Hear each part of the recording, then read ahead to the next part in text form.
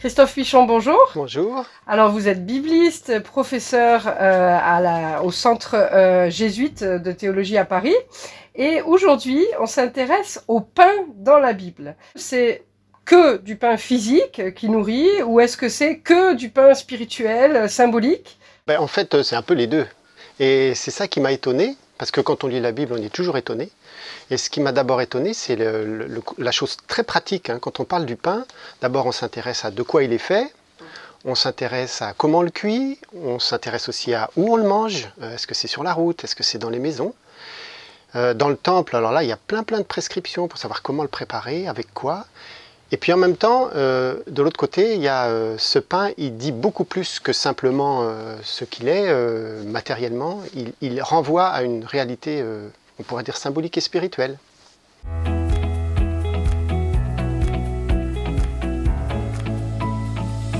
Vous nous parlez dans le livre du pain dans l'Ancien Testament, donc en hébreu. Comment on parle du pain? Est-ce qu'il y a plein de mots différents ou un seul mot? Alors la langue hébraïque, elle est formidable parce qu'avec les mêmes consonnes, et quand on ajoute des voyelles différentes, ça fait des mots différents. Alors si on prend les consonnes du mot pain, lechem, et que je les change, j'ai été étonné de voir qu'il y avait la racine du mot guerre ou combat. Et ça m'a intéressé. Je me suis dit, tiens, comment ça se fait que la langue hébraïque, qui utilise un mot pour dire le pain, mais finalement ça dit aussi la nourriture, c'est le même verbe ou le même substantif, c'est ça, c'est la nourriture, se nourrir. Ça dit ça et en même temps ça dit que c'est difficile. Alors qu'est-ce que c'est que ce combat, que cette épreuve liée au pain? Alors vous nous parlez par exemple de Bethléem, qui serait cette maison du pain. Alors là on passe et dans l'Ancien et dans le Nouveau d'ailleurs. Qu'est-ce que vous avez repéré sur cette maison du pain? C'est génial en effet, parce que c'est toujours l'hébreu. Si on fait Beth, c'est maison, Lechem, c'est pain, donc maison du pain. Bethléem, ça veut dire maison du pain. Et si on regarde dans la Bible, l'Ancien et le Nouveau Testament, il y a toujours de la continuité puis de la nouveauté. Et il y a une forte continuité dans les textes bibliques. Il est question du pain à Bethléem. Si on va jusqu'au Nouveau Testament, ça donne Jésus dans la mangeoire, par exemple. Et donc, il y a une réflexion, là du coup, on est sur le symbole. Qu'est-ce que c'est que ce pain qui vient nourrir les humains dans la maison du pain? Comment on parlait du pain au temps de l'Ancien Testament, par exemple? En fait, moi je me suis intéressé à des lieux, en fait. Je me suis dit, le pain, où est-ce qu'on le trouve? Et qui en parle? Et en fait... dans l'ouvrage, d'abord je propose le pain dans des itinéraires d'humains. On suit Abraham, Sarah et Lot par exemple, ou encore l'apôtre Pierre. Et puis on va dans des lieux, et ce qui m'intéressait par exemple, c'est les maisons d'études, les sages. Qu'est-ce que les sages disent du pain à leurs étudiants, qui veulent savoir comment avoir une vie bonne? Et sans surprise, ils parlent aussi du pain. Alors, dans le livre, vous parlez évidemment aussi de la manne. Alors, qu'est-ce que c'était que cette manne? Quelle image on s'en fait et qu'est-ce que ça pouvait être en vrai? Alors c'est vrai que quand on prend l'Ancien Testament et qu'on veut surligner des passages où il y a le pain, là c'est massivement, il y a un épisode du peuple d'Israël qui est en esclavage en Égypte, qui va sortir d'Égypte libéré avec des pains azim, donc des pains non levés. Et puis ces pains non levés, il n'y en aura plus en fait, il n'y en aura plus, il va manquer, ils vont mourir de faim, ils vont risquer de mourir de faim. Et c'est là que Dieu intervient et on nous parle du pain venu du ciel, ce qu'on va appeler la manne. En hébreu, ça veut dire qu'est-ce que c'est? C'est une question en fait, manou, qu'est-ce que c'est? Parce qu'ils ne savent pas ce que c'est. Et donc pendant une longue période, ils vont recevoir ce pain du ciel qui va leur permettre de survivre. Et puis quand ils vont arriver sur la terre promise, il y a un moment donné où il n'y a plus la manne, mais il y a des champs, du blé, et ce qu'il faut pour se nourrir. Et en fait, l'expérience d'Israël, je trouve, c'est intéressant parce que on emporte des pains de la maison d'esclavage, des pains azim non levés, parce qu'il faut faire vite. Ils viennent à manquer, on va mourir de faim. Mais non, Dieu prodigue ce qu'il faut pour que le peuple soit nourri. Et puis il y a un moment donné, c'est une transition en fait, parce que le pain, il est aussi à faire, fabriqué par les humains, à partir de la terre qui donne les céréales. Ouais. Donc c'est un peu ça la manne, c'est un pain transitoire, étonnant. Alors si on passe dans le Nouveau Testament, est-ce que là il y a un changement de relation avec le pain pour le peuple, ou est-ce qu'il y a une continuité aussi? Alors, on pourrait dire, j'aime bien l'image, parce que nous on est habitué à la baguette à la française, hein. Quand on parle du pain, c'est une pita, c'est-à-dire c'est une sorte de galette, voilà. C'est biface en fait. Et ça, je trouve ça intéressant, parce qu'on ne peut jamais voir les deux faces en même temps.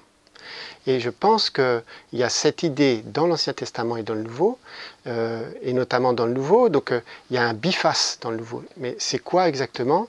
Ce pain qu'on voit, qui renvoie à quelque chose qu'on ne voit pas. Et il y a un moment donné dans l'évangile de Jean, Jésus va même jusqu'à dire « Je suis le pain descendu du ciel ». C'est comme si finalement le pain avait quelque chose à dire de cette face cachée.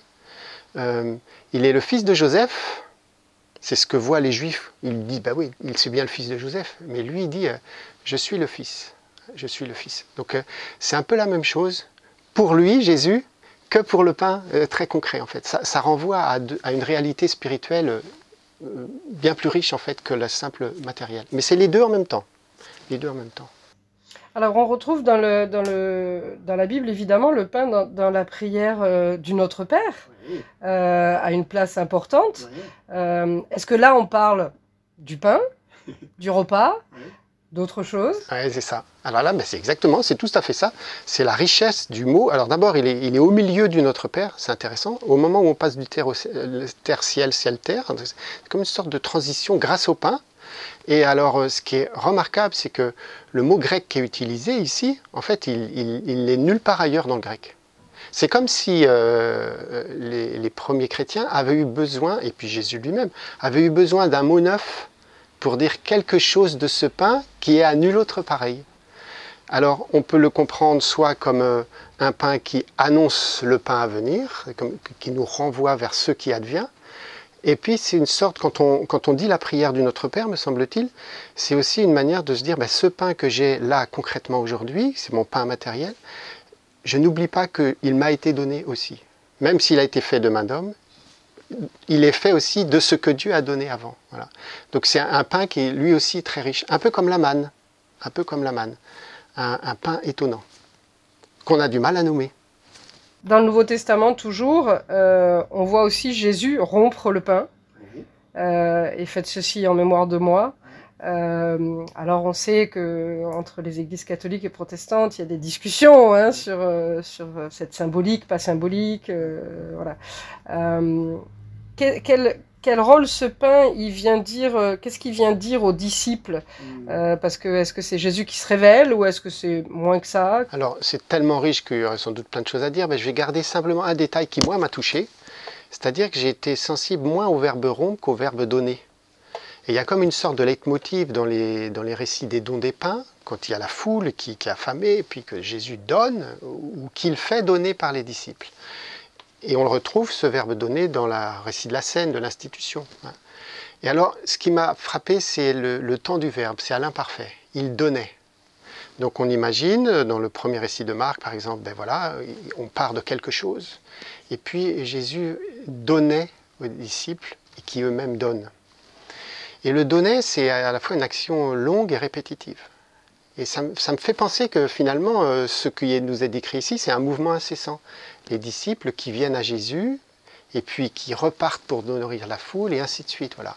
Ben, c'est un peu ça, je trouve, ce que nous révèlent les récits du don des pains. C'est Jésus qui donne, et qui s'associe des humains pour que les affamés puissent être nourris. C'est un peu ça, je crois.